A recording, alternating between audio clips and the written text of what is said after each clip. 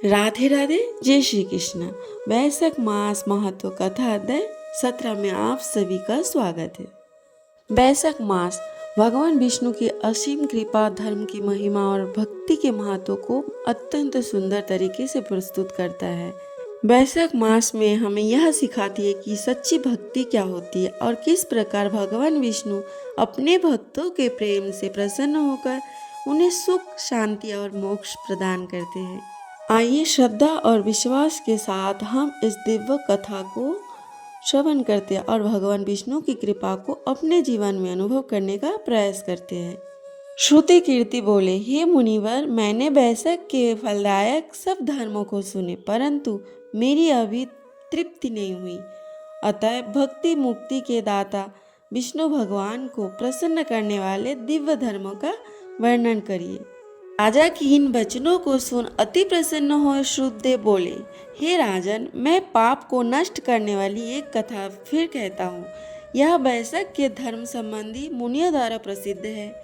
पापांतर पर एक शंख नाम का महा यशस्वी ब्राह्मण सिंह की बृहस्पति में गोदावरी नदी के किनारे आया और भीमरती के पास संकट युक्त और पहाड़ी वन में गया, जहाँ ना कोई मनुष्य था न जल ही था। ऐसे वैशाख के तप से कठिन मध्य के समय वह ब्राह्मण वृक्ष के छाया में बैठ गया।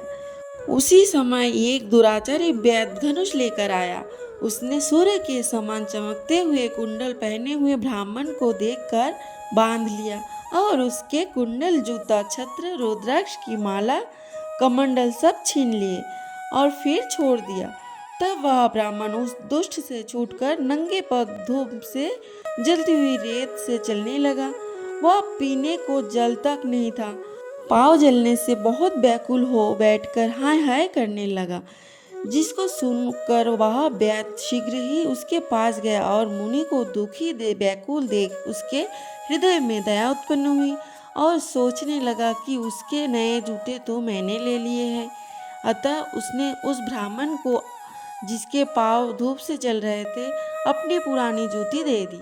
उन जूतों को लेकर ब्राह्मण अत्यंत खुशी हो वैद्य को आशीर्वाद देने लगा कि तू सुखी हो, तूने वैशाख में जो दान दिया इससे तेरी पुण्य उदय हुआ है, जिसके प्रभाव से विष्णु भगवान भी प्रसन्न हो जाते। ऐसे वाक्य सुनकर वैद्य अत्यंत विस्मित हो ब्राह्मण से बोला, हे महाराज, मैंने आपकी वस्तु लेकर पुरानी दी है, भला इससे मेरा क्या पुण्य है? हे ब्राह्मण, वैशाख धर्म क्या है और हरि कौन है?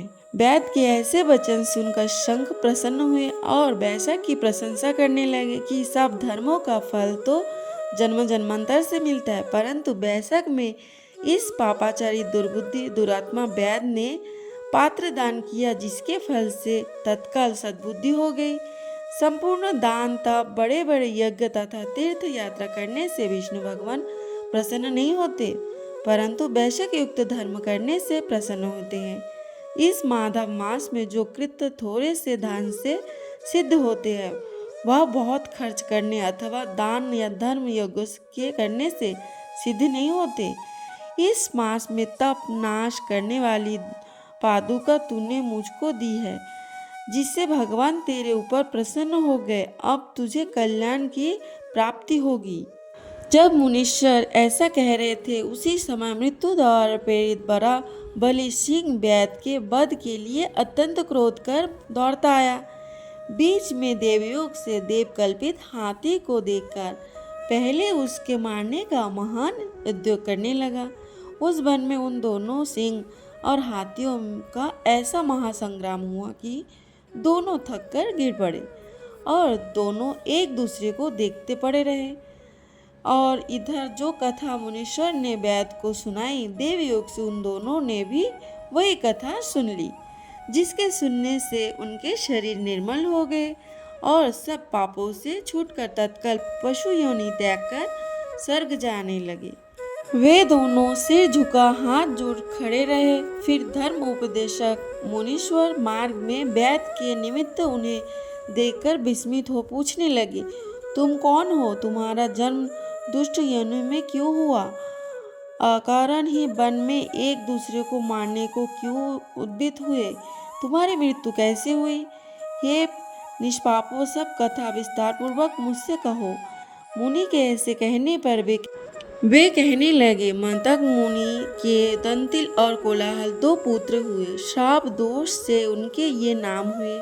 एक दिन हमसे हमारे पिता मतंग महर्षि संपूर्ण धर्म के जानने वाले कहने लगे, ये पुत्रों, मधुसूदन भगवान के प्रिय मास में वैशाख युक्त धर्मों को करो, जिससे संसार बंधन की निवृत्ति हो। परंतु दुर्बुद्धि से हमारी समझ में कुछ भी नहीं आया और पिता के वाक्य सुन मुझ दंतिल को अत्यंत क्रोध आया। कोलाहल मदोन्मत्त हो गया। तब धर्म की लालसा वाले हमारे पिता ने क्रोधित हो श्राप दिया, ये दंतिल, अपने क्रोध के कारण तो सिंह होगा और मदोन्मत्त कोलाहल हाथी होगा। तब हम दोनों दुखी होकर श्राप निवृत्ति के लिए प्रार्थना करने लगे। तब पिता ने श्राप मोक्ष का उपाय बताया। तुम दोनों पशु योनि पाकर थोड़े दिन बाद एक दूसरे को मारने को उद्यत हो जाओगे।